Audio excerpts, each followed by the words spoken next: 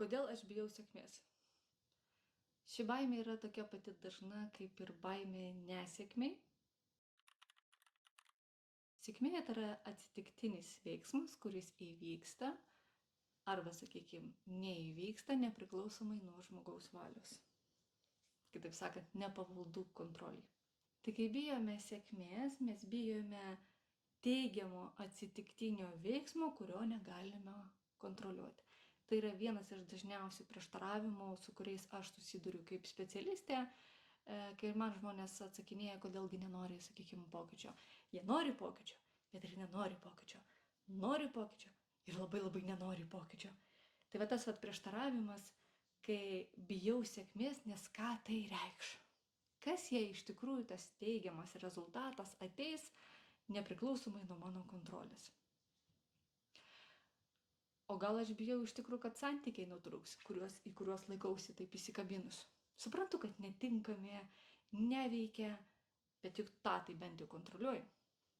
O kas jeigu paaiškės, kad man darbą reikės pakeisti? Aš taigi bijau dabar eiti į rinką, į pokalbius ir bandyti save. O kas jeigu paaiškės, kad aš turiu dar kažką savyje pakeisti? Aš taigi to bijau, aš noriu kontroliuoti savo sprendimus ir pasirinkimus. Ašgi gyvenu komforto zonai. Komforto zona iš tikrųjų yra iliuzija. Iliuzija apie mūsų susikurtą būvį, kurį mes neva galim kontroliuoti. Iš tikrųjų yra dabarties zona, va čia kur esi čia ir dabar, ir yra galimybių zona, vienokių ir kitokių, yra gerų, teigiamų, yra netokių teigiamų ir gerų. Ir arba pasirenkam išbandyti tą galimybę, arba ne. Tai kai mes sėdim savo tam iliuziniam burbule, kuriame įsivaizduojame, jog viską kontroliuojame, natūralu ir sėkmė mūsų atbaido. Nes to tai ašgi nekontroliuosiu teigiamo rezultato. O kas jeigu teigiamas rezultatas reikš kažko tai baigti? O jeigu aš pasikeisiu ir tapsiu kitų žmogumi ir draugai nuo manęs nusisuks?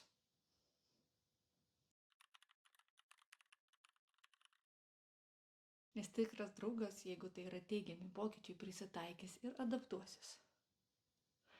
Jeigu netikras, greičiausiai pavydės, apkalbinės ir atsitrauks. Tai štai ir paradoksas. Aš noriu tapti geresnė savęs versija. Noriu šito ir va šito, bet aš bijau, kad gausiu teigiamą rezultatą. Nes to teigiamą rezultatą galimai dabar nesukontroliuosiu, tai jau man geriau likti vietoj čia ir dabar ir nieko nekeisti.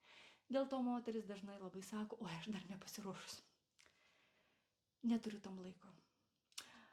Man dabar vaikus ten reikia sužiūrėti, projektai vasarai, tai neturėsiu tam laiko.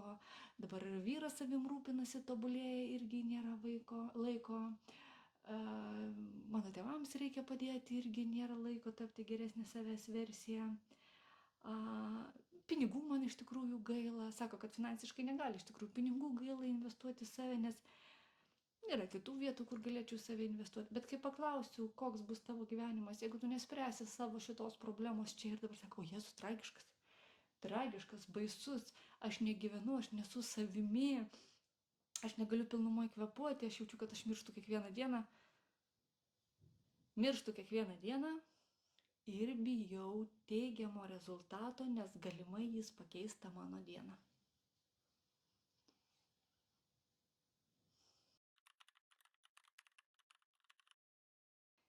Tiek sėkmė, tiek nesėkmė, kaip atsitiktinis veiksnys, gali atnešti arba teigiamą, arba neigiamą rezultatą.